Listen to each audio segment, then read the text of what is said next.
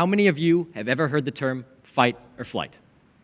Well, for those that haven't, it was discovered to be an instinctual response to something that's either scary, dangerous, or an otherwise stressful situation.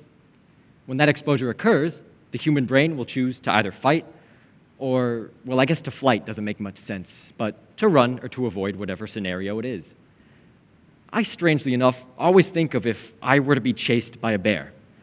Would I fight that bear, or would I run? And as cool as it would be to fight a bear, I'm pretty sure I'd be sprinting in the other direction. But I don't truly know the answer.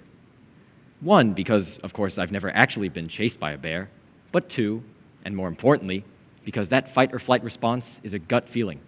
It's a decision made almost instantly by the brain.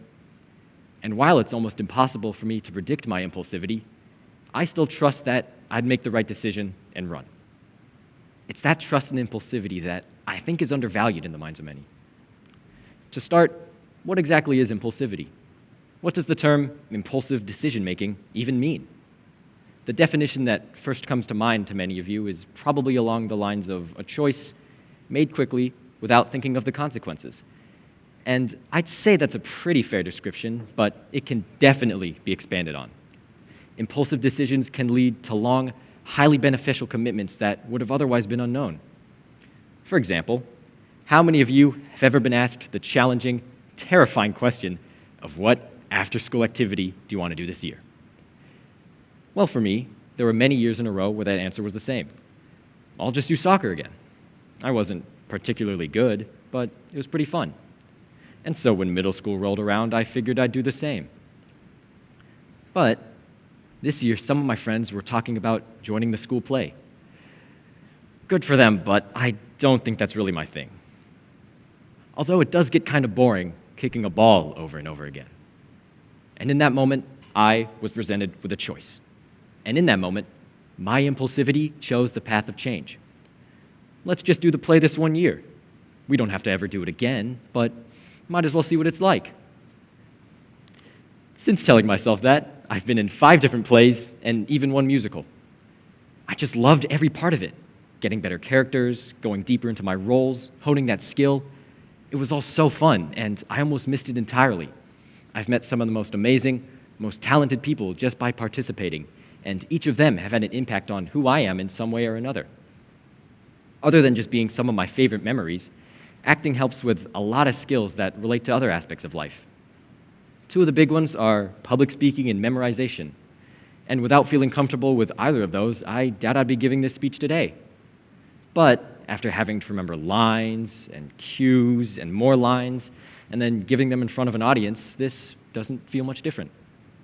The only thing missing is my funny-looking Jafar costume from 8th grade. It's these changes, these developments, that really highlight the importance of impulsivity. Going out and trying something new is how we grow as people. It's how we perceive the world with a new perspective. Sure, there's always a chance it ends in failure. I didn't get a good role until my 2nd or 3rd year. But you can embrace that failure, and you can learn from it. You improve yourself simply because you tried. And that first push is the most important step. Something that I think not many people know about impulsivity, including me before I really dove into this topic, is that there are multiple kinds. 2 of the main categories, discovered by Scott J. Dickman in 1990, are functional and dysfunctional impulsivity. Now, what distinguishes these 2 types? Well, just based on the name, I think there's a clearly more positive one between them, of course, being the functional type. But it doesn't just refer to which one is functional and which isn't. It more applies to how impulsivity as a trait is used in a given situation. Dysfunctional impulsivity is a quick, possibly irrational decision made without forethought, but specifically when that lack of forethought isn't optimal to the situation.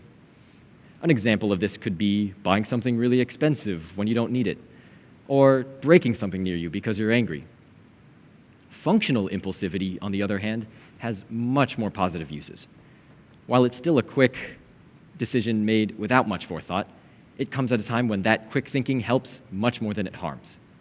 The ability to assess a situation and make a decision in a near instant is an incredibly valuable skill that I don't think many people realize. It can come in the middle of an argument between 2 people, and the ability to jump in and stop it from escalating just by saying whatever your impulsivity tells you is so helpful. But it takes a lot of trust in oneself. And as we grow up, that trust in impulsivity fades. There becomes this correlation between a bad choice and an impulsive choice, and they start to mean the same thing. But they don't. The fears of change and of failure restrict us from so many possibilities in life because we don't give them a chance. So many would rather create a set path for themselves and stick to it because it feels safer, it feels more secure. But eventually, they stop letting themselves veer from that path at all.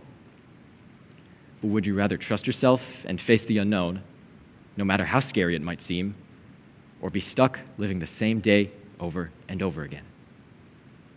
You have to trust yourself, keep an open mind, and allow yourself to live impulsively. Now, I'm sure many of you are still hesitant to accept what I'm suggesting. I would be too. Change is scary, and impulsiveness often leads to change. But an adaptation to change is better than a complete avoidance of it. As an example, a recent change in my life that I've had to adapt to has been a commitment to exercise. When I first moved to Japan, I learned that there'd be a gym near where I live. And upon hearing that, all I thought was, oh, cool. I'd never really thought about weightlifting, or even exercising for that matter, and the only thing I knew how to use in there were the treadmills.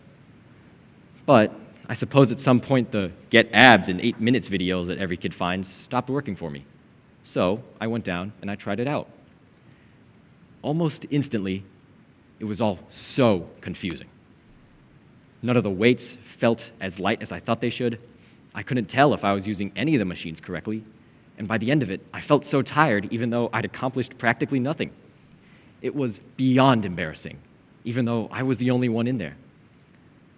But there was a small part of me that felt proud. So, despite the soreness, I went back a couple days later. And then I went back again, and then again, and again. It became a real passion of mine, seeing progress and consistently working towards a goal that I didn't even know I had before that first day. It changed how I see myself and became a large part of my routine. And even though it took a while to adapt to that, I'm so thankful that I did. It takes time and trust in oneself to turn that change into something positive. You really have to see it through. Now, when I talk about impulsive decisions, they don't need to all be these huge commitments out of nowhere.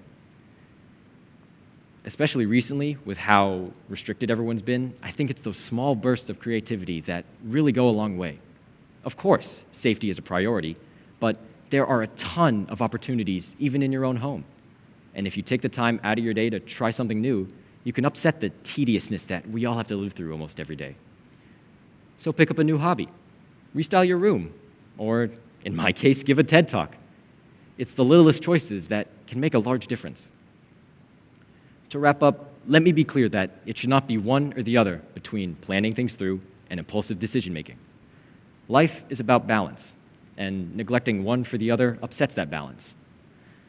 But I believe that for many people, especially recently, that scale has been tipped towards the side of a planned, almost limiting way of life.